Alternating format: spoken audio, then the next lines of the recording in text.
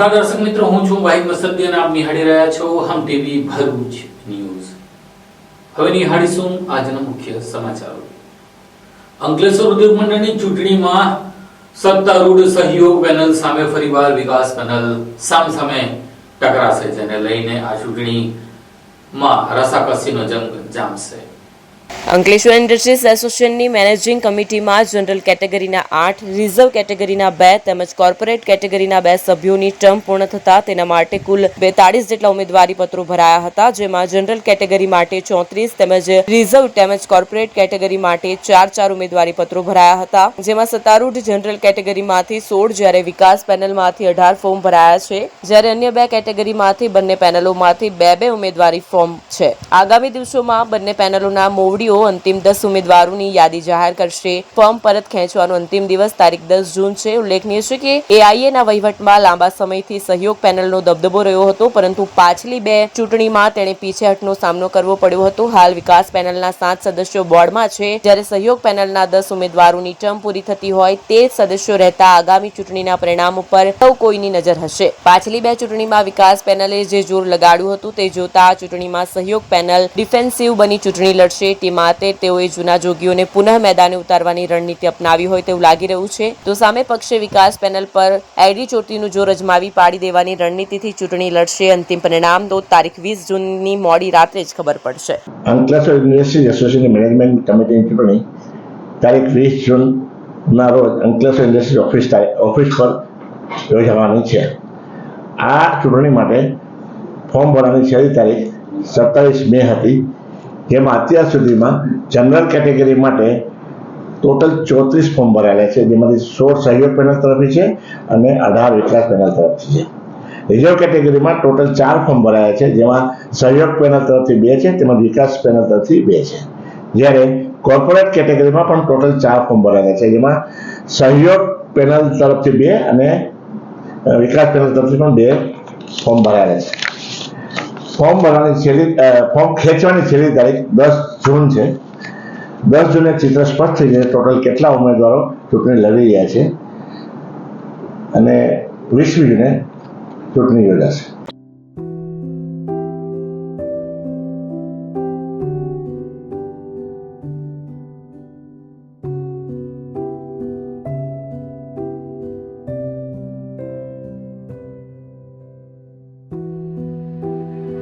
અંકલેશ્વર ઓએનજીસીમાં નોકરી આપવાના બહાને 51 લોકો પાસેથી 2.5 કરોડની છેતરપિંડી કરનાર અને નકલી નકશાઓ તેમજ નકલી આઈ કાર્ડ અને નકલી લેટર બનાવનાર વિજાબાદને અંકલેશ્વર શહેર પોલીસે ઝડપી લીધો હતો। અંકલેશ્વરની અમૃતકુંજ સોસાયટીમાં રહેતા ઘનશ્યામસિંહ રાજપૂત વર્ષ 2008 થી 2010 સુધી અંકલેશ્વર ઓએનજીસી ખાતે ફિલ્ડ ઓફિસર તરીકે સીઆઈસીસી કંપનીના કોન્ટ્રાક્ટમાં નોકરી કરતા હતા, જેઓની સાથે મૂળ બિહાર અને હાલ અંકલેશ્વરના વિરાટનગરમાં રહેતો ઓગસ્ટ પાંડે સાથે પરિચય થયો હતો, જે બાદ ઓએનજીસી ખંભાત, હજીરા અને મહેસાણામાં તેની એનઆઈસીસી સિક્યુરિટીના કોન્ટ્રાક્ટમાં લાઇન વોકરની ઘણી જગ્યાઓ પર કાયમી ધોરણે ભરતી છે અને એક માણસ દીઠ 2.5 લાખ રૂપિયા તેમજ અન્ય જગ્યાએ 2 લાખ રૂપિયા ભરવાના છે તેમ કહી જાળ બિછાવી હતી। ભેજાબાજ ઓગસ્ટ પાંડે નોકરી અપાવવાના બહાને નેશનલ ઇન્વેસ્ટિગેશન સિક્યુરિટી નામની સિક્યુરિટી એજન્સીનો લોગો અને તેના નામનો ઉપયોગ કરી તેમજ ઓએનજીસીના સ્ટેમ્પનો ઉપયોગ કરી લોકોને નોકરી અપાવવા માટે બનાવાતો એપોઇન્ટમેન્ટ લેટર અને બાય ઓર્ડર તથા પોસ્ટિંગ લેટર બનાવી આપી તેમજ એનઆઈએસ અને તેમજ ઓએનજીસીના સ્ટેમ્પનો ઉપયોગ કરી લોકોને નોકરી અપાવવા માટે બનાવાતો એપોઇન્ટમેન્ટ લેટર, બાય ઓર્ડર તથા પોસ્ટિંગ લેટર બનાવી આપી તેમજ એનઆઈએસ અને એઈએનએના નામ ઓએનજીસી યુનિટ હજીરા, ખંભાત અને મહેસાણાના નકલી આઈ કાર્ડ બનાવી આપી તેનો સાચા તરીકે ઉપયોગ કર્યો હતો, જે જાળમાં ઘનશ્યામસિંહે તેના 50 પરિચિતો ઠાકોરભાઈ આહિર તેમજ અન્ય 40 લોકો મળી કુલ 91 લોકો પાસેથી રૂપિયા 1.84 કરોડ લીધા હતા અને ઓગસ્ટ પાંડેને આપ્યા હતા, જે બાદ તે મોબાઈલ ફોન બંધ કરી ફરાર થઈ ગયો હતો। દરમિયાન આ છેતરપિંડી અંગે અંકલેશ્વર શહેર એ ડિવિઝન પોલીસ મથકે અગાઉ પોલીસ ફરિયાદ નોંધાવા પામી હતી, પરંતુ આરોપી ઓગસ્ટ પાંડે નાસ્તો ફરતો હતો। દરમિયાન અંકલેશ્વર એ ડિવિઝન પોલીસને તેના અંગે બાતમી મળતા તેને ઝડપી પાડી કાયદેસરની કાર્યવાહી હાથ ધરી હતી। વાગરા જેડીસીની આલ્કેમી ફાઇન કેમ કંપનીમાં ગટર લાઇનનું કામ કરતા કામદાર ઉપર સિમેન્ટની પ્રીકાસ્ટ ડ્રેન પડતા તેને ગંભીર ઇજા પહોંચતા તેનું મોત નીપજ્યું હતું। વાગરા જીઆઈડીસીમાં આવેલી અલ્કેમી ફાઇન કેમ કંપનીમાં ગટર લાઇનની કામગીરી દરમિયાન એક કામદારનું મોત થયું છે. મૃતક કામદારની ઓળખ સબુભાઈ નારસિંગભાઈ મખોડિયા તરીકે થઈ છે. તેઓ અલ્કેમી ફાઇન કેમ કંપનીની કોલોની વાગરામાં રહેતા હતા અને મૂળ દાહોદના મુવાલિયાના વતની હતા. નામની વિગતો મુજબ સબુભાઈ ગટર લાઇનમાં સિમેન્ટની પ્રીકાસ્ટ ડ્રેન ઉતારવાનું કામ કરી રહ્યા હતા. ક્રેનથી ડ્રેનને બેલ્ટ બાંધીને નીચે ઉતારવામાં આવી રહી હતી. આ દરમિયાન અચાનક હુકમાંથી બેલ્ટ સરકી જતા ડ્રેન સબુભાઈ પર પડી હતી. અકસ્માતમાં સબુભાઈને ચહેરા પર ગંભીર ઇજાઓ થઈ હતી. તેમને તાત્કાલિક સારવાર માટે ભરૂચ હોસ્પિટલ લઈ જવામાં આવી રહ્યા હતા. જો કે હોસ્પિટલ પહોંચતા પહેલા જ તેમનું મોત થયું હતું. આ મામલે વાગરા પોલીસે અકસ્માત મોતનો ગુનો નોંધી તપાસ હાથ ધરી છે. આ ઘટના ભરૂચની જીઆઈડીસીમાં કેટલીક કંપનીઓમાં સુરક્ષા માપદંડોની અવગણનાને ઉજાગર કરે છે. કામદારોની સલામતી માટે યોગ્ય સુરક્ષા વ્યવસ્થા ન હોવાના કારણે આવી દુર્ઘટનાઓ બને છે. અંકલેશ્વરની વાલિયા ચોકડી નજીક વિદેશી દારૂ ભરીને આવતી ઇકો કાર અને એનું પાયલોટિંગ કરતી સ્વિફ્ટ કાર સાથે બે બુટલેગરોને પોલીસે ઝડપી લઈને 10 લાખ રૂપિયાનો મુદ્દામાલ કબજે કર્યો હતો. ભરૂચ એલસીબીનો સ્ટાફ અંકલેશ્વર વિસ્તારમાં પેટ્રોલિંગમાં હતો. તે દરમિયાન બાતમી મળી હતી કે વાલિયા તાલુકાના આમલા ગભાણનો બુટલેગર સતીશ સોમા વસાવા તેના માણસો સાથે બે વાહનોમાં વિદેશી દારૂનો જથ્થો લઈ અંકલેશ્વર આવી રહ્યો છે. જે બાતમીના આધારે પોલીસે અંકલેશ્વર વાલિયા ચોકડીથી વાલિયા રોડ ઉપર અંકલેશ્વર જીઆઈડીસી ઓફિસ પાસે વોચમાં હતો. તે દરમિયાન બાતમીવાળી ગાડીઓ આવતા પોલીસે તેઓને અટકાવી ઇકો કારમાં તપાસ કરતા તેમાંથી વિદેશી દારૂની 936 નંગ બોટલ મળી આવી હતી. પોલીસે રૂપિયા 2.82 લાખનો દારૂ અને પાયલોટિંગ કરતી સ્વિફ્ટ તેમજ ઇકો મળી રૂપિયા 10 લાખથી વધુનો મુદ્દામાલ કબજે કર્યો હતો અને વાલિયાના આમલા ગભાણ ગામનો કુખ્યાત બુટલેગર સતીશ સોમા વસાવા અને વિપુલ ભરત વસાવાને ઝડપી પાડ્યો હતો. જ્યારે વિદેશી દારૂ અંગે ઝડપાયેલા બંને ઇસમોની પૂછપરછ કરતા દારૂનો જથ્થો ચમારિયા ગામના બુટલેગર શૈલેષ લલ્લુ વસાવા અને ખાપડના હરેશ ઉર્ફે હરીશચંદ્ર વલવી પાસેથી લાવી માંડવા ગામની આશાબેન વસાવા સહિત અન્ય 15 ઇસમોને આપવા જતો હોવાની કબૂલાત કરી હતી. અંકલેશ્વર જીઆઈડીસીમાં એઆઈએ અને જીપીસીબી દ્વારા પ્લાસ્ટિક વેસ્ટની સાફ સફાઈનું અભિયાન હાથ ધરવામાં આવ્યું હતું. આજરોજ અંકલેશ્વર જીઆઈડીસીમાં જીપીસીબીના અધિકારી રાખોલિયાની ઉપસ્થિતિમાં વસાહતમાં ગ્રીન બેલ્ટમાંથી પ્લાસ્ટિકના વેસ્ટની સાફ સફાઈ હાથ ધરવામાં આવી, જેમાં અંકલેશ્વર ઉદ્યોગ મંડળના સભ્યો તેમજ નોટિફાઈડ એરિયા ઓથોરિટીના સફાઈ કામદારો જોડાયા. આ દરમિયાન આ ઝુંબેશના વિડીયો સોશિયલ મીડિયામાં વાયરલ થતા ટીકાપાત્ર બન્યા હતા. અંકલેશ્વરના ઉદ્યોગપતિઓ જેઓ આ સ્વચ્છાનમાં જોડાયા હતા તેઓ ઔપચારિક રીતે સાફ સફાઈ કરતા હોવાનું જણાવ્યું હતું. વર્લ્ડ એન્વાયરમેન્ટ ડે 2025ના સેલિબ્રેશનના ભાગરૂપે આપણે 22 તારીખથી 4 તારીખ સુધી અવેરનેસ પ્રોગ્રામ, ક્લીનનેસ ડ્રાઈવ અને એમાં લોક સહકાર, લોક ભાગીદારી અને બધા જ સરકારના બધા જ વિભાગો આ કામગીરી કરી રહ્યા છે, જેથી કરીને 5 જૂન સુધીમાં આપણે બધું ક્લીન કરી શકીએ અને 5મી જૂને એનું સેલિબ્રેશન થશે અને 5 જૂન પછી 31 ઓક્ટોબર સુધી આ કાર્યક્રમ ચાલવાનો છે આપણે. એટલે સમગ્ર ગુજરાતમાં જે પ્લાસ્ટિકનું જે કચરો પડેલો છે એને આપણે કલેક્શન કરી અને યોગ્ય રિસાયકલિંગ કરશું અને એવી નેમ છે આપણે બધા.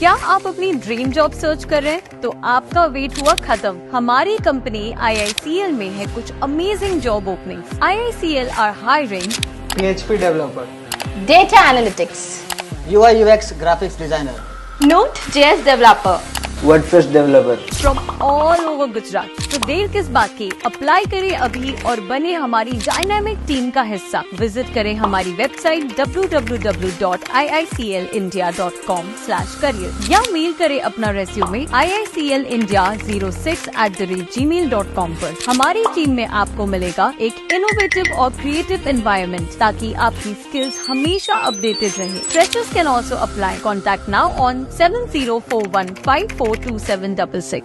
ઝઘડિયા તાલુકાના ઉમરલા પોલીસ મથકમાં વાર્ષિક ઇન્સ્પેક્શન ભરૂચ જિલ્લા પોલીસ વડા મયુર ચાવડાની અધ્યક્ષતામાં કરવામાં આવ્યું હતું। ઝઘડિયા તાલુકાના ઉમલ્લા પોલીસ સ્ટેશન ખાતે ભરૂચ જિલ્લા પોલીસ અધિક્ષક મયુર ચાવડાઓના આગેવાની હેઠળ ઉમલ્લા પોલીસ સ્ટેશનનું વાર્ષિક ઇન્સ્પેક્શન હાથ ધરવામાં આવ્યું હતું। આ કાર્યક્રમ સાથે લોક દરબાર પણ યોજવામાં આવ્યો। આગેવાનો તેમજ હોદ્દેદારો સાથે સંકલન કરી કાયદો અને વ્યવસ્થા વિશે વાત કરી હતી। તમારી આજુબાજુ થતી ગેરકાયદેસર પ્રવૃત્તિ રોકવા માટે પોલીસને સાથ સહકાર આપવા અનુરોધ કર્યો હતો। તેમજ ટ્રાફિક નિયમોનું પાલન કરવા ભરૂચ એસપી દ્વારા ઉપસ્થિત લોકોને અનુરોધ કરવામાં આવ્યો હતો અને કોઈ પણ ફરિયાદ હોય તો સીધો સંપર્ક કરવા જણાવ્યું હતું। આ પ્રસંગે ભરૂચ જિલ્લા અધિક્ષક મયુર ચાવડા સાથે ઝઘડિયા ડિવિઝનના મદદનીશ પોલીસ અધિક્ષક અજય મીણા પણ ઉપસ્થિત રહ્યા હતા। आज हमारे उमल्ला पुलिस स्टेशन में एसपी सरकार नोट रीडिंग और थाने का इंस्पेक्शन था, जिसमें लोक दरबार लगाया गया, जिसमें ट्रैफिक से संबंधित, साइबर से संबंधित और किसी भी प्रकार की दलित मोहल्ला में और खनन से संबंधित किसी भी प्रकार की रजूआत हो तो उसके लिए लोगों को अपनी बात रखने के लिए कहा गया। और आगे भी कोई भी किसी भी प्रकार का आप लोगों का कोई भी शिकायत हो तो आप डिवीजन ऑफिस या एसपी सर के ऑफिस में जाके कर सकते हैं। सर ने अपना नंबर भी पब्लिक में दिया है, जिससे कि वो किसी भी तरह की माहिती और कोई भी सूचना, कोई भी शिकायत करनी हो तो उन्होंने कर सकते हैं। आमोद तालुका में बच्चों का घर संचालित महफूजा ज़ेड हकीम ट्रस्ट द्वारा सीवण क्लास में तालीम लेती बहनों आज सर्टिफिकेट अर्पण करवामां આવ્યા હતા।